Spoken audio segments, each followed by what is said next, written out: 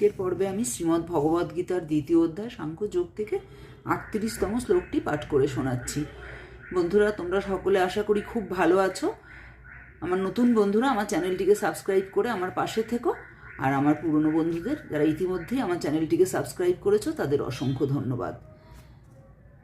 সুখ দুঃখে সमे কৃত্বা লাভ লাভৌ জয়া জয়ৌ ততো যুদ্ধায় যুজ্যস্য নৈবম পাপমবাপ্স্যসি।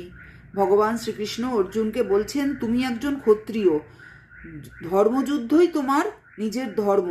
সুতরাং তুমি তোমার সুখেও তোমার আনন্দ করার কিছু নেই, আর দুঃখেও তোমার কষ্ট পাওয়ার কিছু নেই। সুখ দুঃখ বা এই যুদ্ধে তোমার লাভ হবে না ক্ষতি হবে, জয় হবে না পরাজয় হবে, এসব সম্পর্কে তুমি কিচ্ছু ভেবো না। তুমি জয় পরাজয় বা সুখ দুঃখ লাভ ক্ষতি সমস্ত কিছুকে সমান জ্ঞান করে তুমি এই ধর্মযুদ্ধের জন্য প্রস্তুত হও। এই যুদ্ধ থেকে যদি তুমি পালিয়ে যাও তাহলে সকলেই তোমার নিন্দা করবে। তুমি এই যুদ্ধে গুরুজনদের যে বধ করতে পারো, তোমার যে সপক্ষে বা বিপক্ষে যে গুরুজন আছে তাদের বধ করলে তোমার কোনো পাপ হবে না, কারণ যুদ্ধ করাই তোমার ধর্ম।